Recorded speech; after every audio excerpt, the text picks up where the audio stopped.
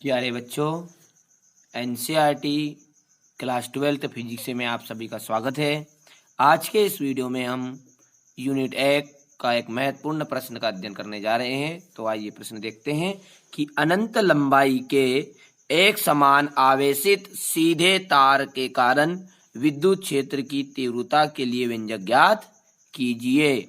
जो अनंत लंबाई है का एक समान आवेशित तार है, अर्थात एक तार है जिसकी लंबाई कितनी है, अनंत है, और ये सीधा तार है। इसके कारण विद्युत क्षेत्र की तीव्रता हमको ज्ञात करनी है किसी बिंदु पर। तो या फिर इस प्रश्न को ऐसा भी पूछते हैं कि रेखीय आवेश के कारण किसी बिंदु पर विद्युत क्षेत्र की तीव्रता ज्ञात कीजिए।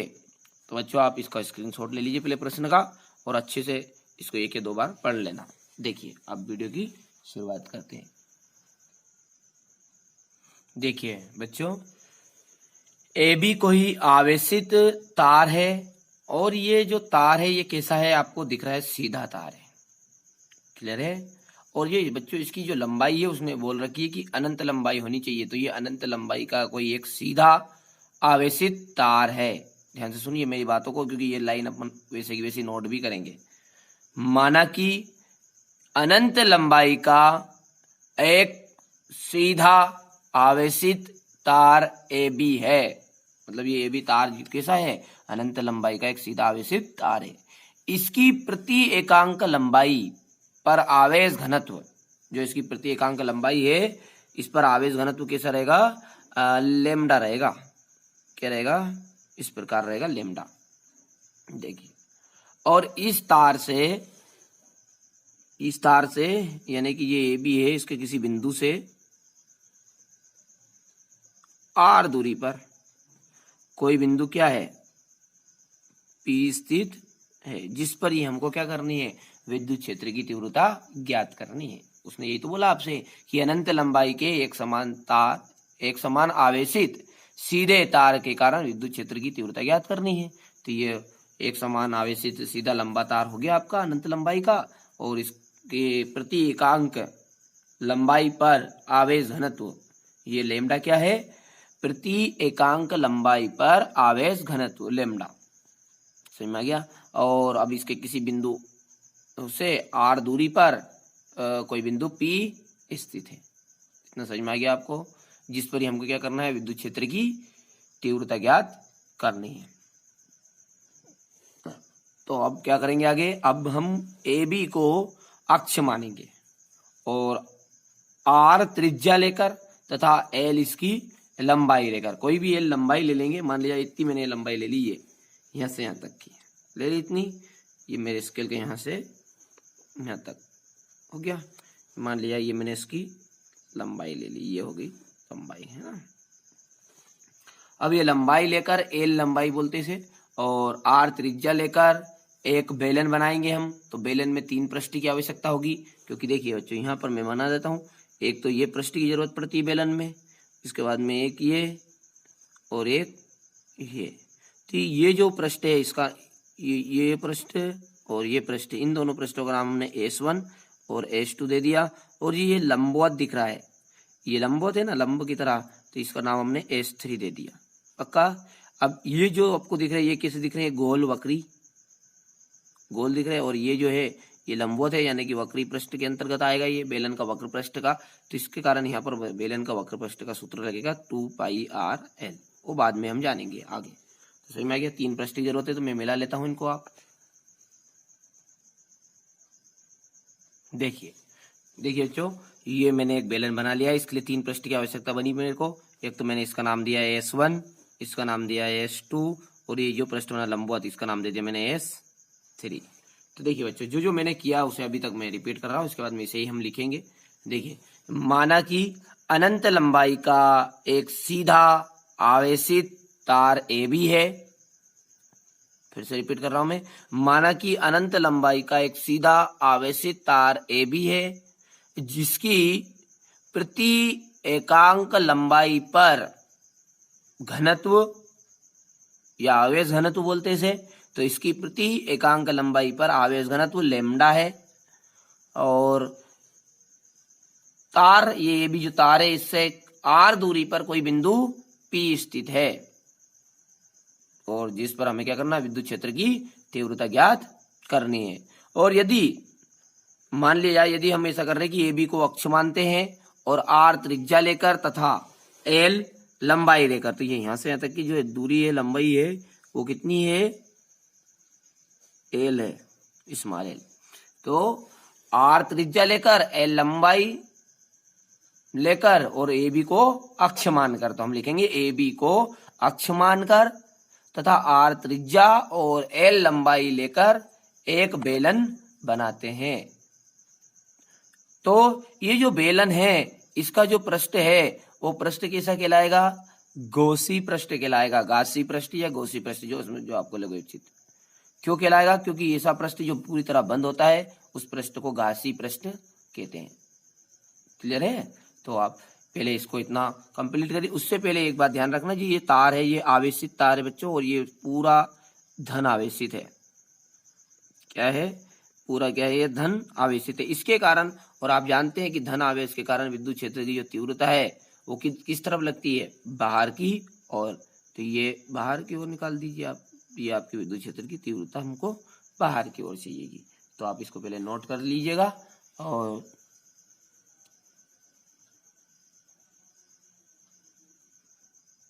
देखिए बच्चों, मैंने पहले से चित्र बना कर रखा था। तो हमने क्या देखा इसमें कि माना कि अनंत लंबाई का एक सीधा आवेशित तार AB है, इसकी प्रति एकांक लंबाई पर आवेश घनत्व लैम्डा है। इस तार से R दूरी पर कोई बिंदु P स्थित है। और यदि हम AB को अक्ष मान ले और R त्रिज्या ले ले और तथा L लंबाई ले ले, तो इसके द्वारा फिर क्या बनेगा, एक बेलन बनाया जाए। तो एक बेलन बनाया जाए तो जो बेलन का पृष्ठ है वो किस प्रकार कार्य करेगा, गासी पृष्ठ की तरह कार्य करेगा। इस प्रकार आप इसको पहले स्क्रीनशॉट ले लीजिए इतना, फिर आगे देखते हैं। ये तो आपका प्रश्न था, ले लिया होगा पहले आपने, नहीं लिया तो अब ले लीजिए। और इसके बाद में ये चित्र वाला हो गया, चित्र होने के बाद में ये आपका थ्योरिकल हो गया। क्लियर है। अब इसके आगे हम देखते हैं।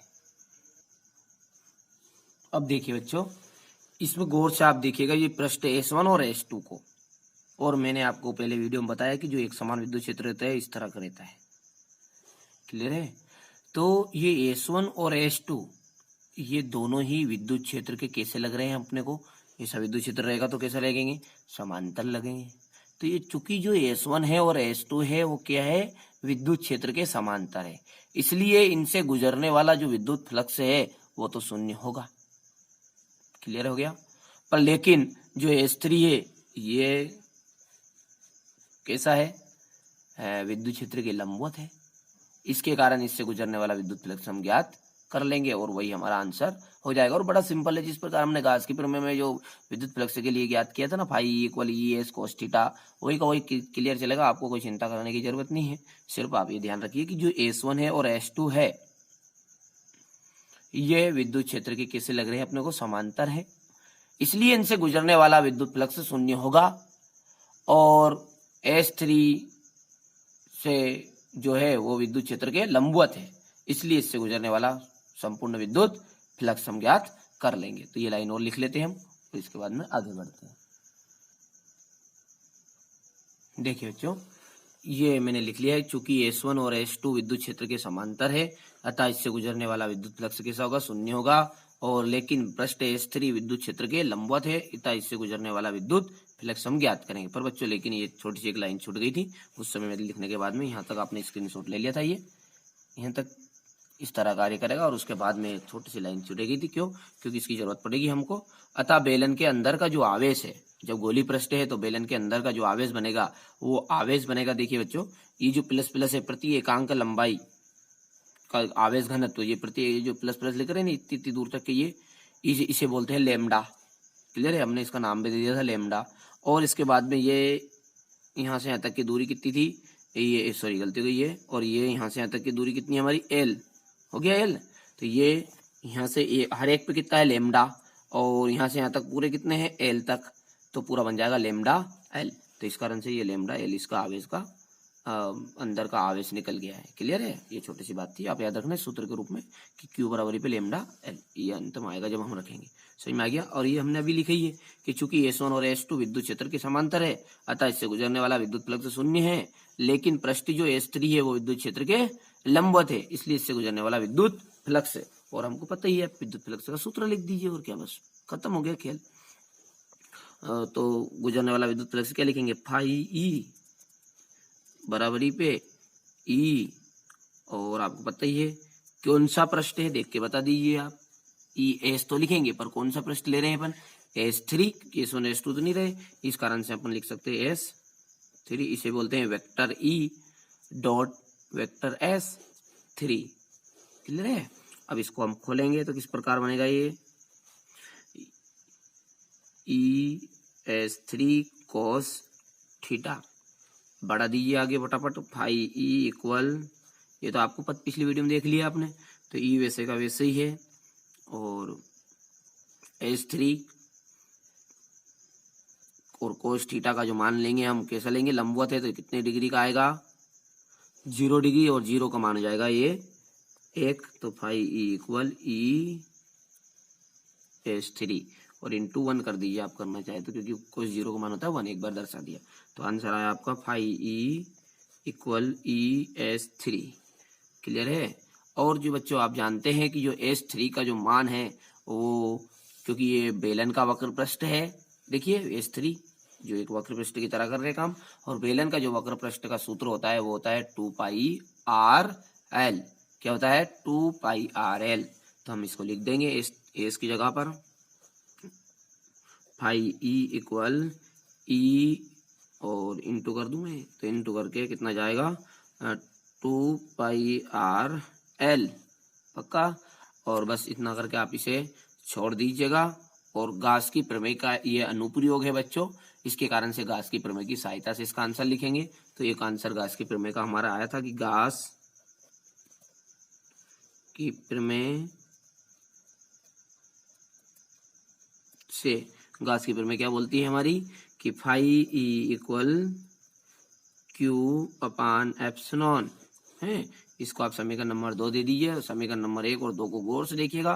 और ध्यान ये रखना है बच्चों आपको कि ई का मान मत रख देना आपने, तो विद्युत क्षेत्र की तीव्रता दे मारे कि 1/4 एप्सिलॉन क्यू बटा r स्क्वायर, क्योंकि यही तो हमको उत्तर लाना है। सही मारे आपको विद्युत क्षेत्र की तीव्रता ज्ञात करनी है, यानी ई का मान ज्ञात करना है, कितना आएगा।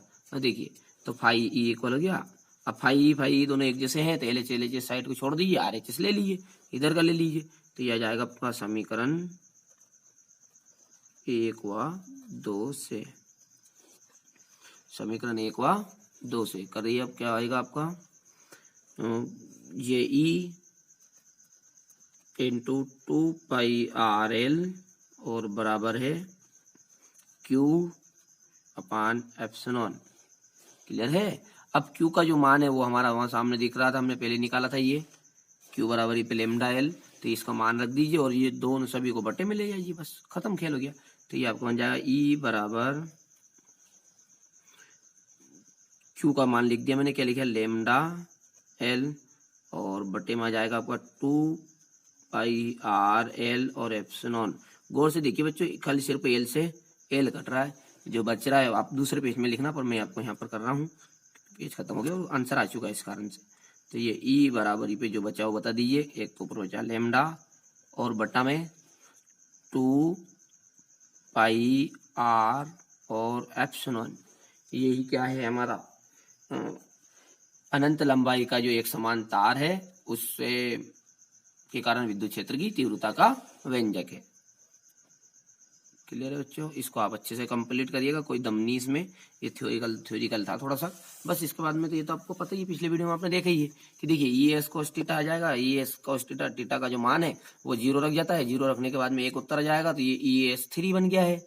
और ES3 S का मान जो होगा वो आपका 4πR स्क्वायर नहीं रहेगा, यहाँ पर ध्यान रखना आप है, क्योंकि यहाँ पर क्या है, बेलन का वक्र पृष्ठ है, और वक्र पृष्ठ का सूत्र होता है 2πRL, तो 2πRL ई का मान रख दिया, लिखने के बाद में गाउस की प्रमेय तो आपको ये पता ही है, इस समीकरण नंबर 1 और 2 से लिए दोनों को इक्वल कर दिया, और जो Q है उसका Q का मान हमने स्टार्ट में बताया लेमडा L, तो ये लेमडा L रख दिया, L से L कैंसिल कर दिया और खत्म हो गया मामला। तो ये जो आंसर आया वो गया। अब इसको नोट कर लीजिए और अच्छे से कंप्लीट कर लीजिएगा।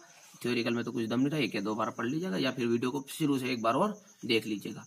जिससे आपको अच्छे समझ में आ जाएगा। आप इसका नोट स्क्रीनशॉट ले लीजिए। ये यहाँ से आपका पहला था, इसके बाद में ये, हालांकि पहले मैंने दे दिया स्क्रीनशॉट, फिर भी आप एक बार और ले लीजिए यदि नहीं लिया तो।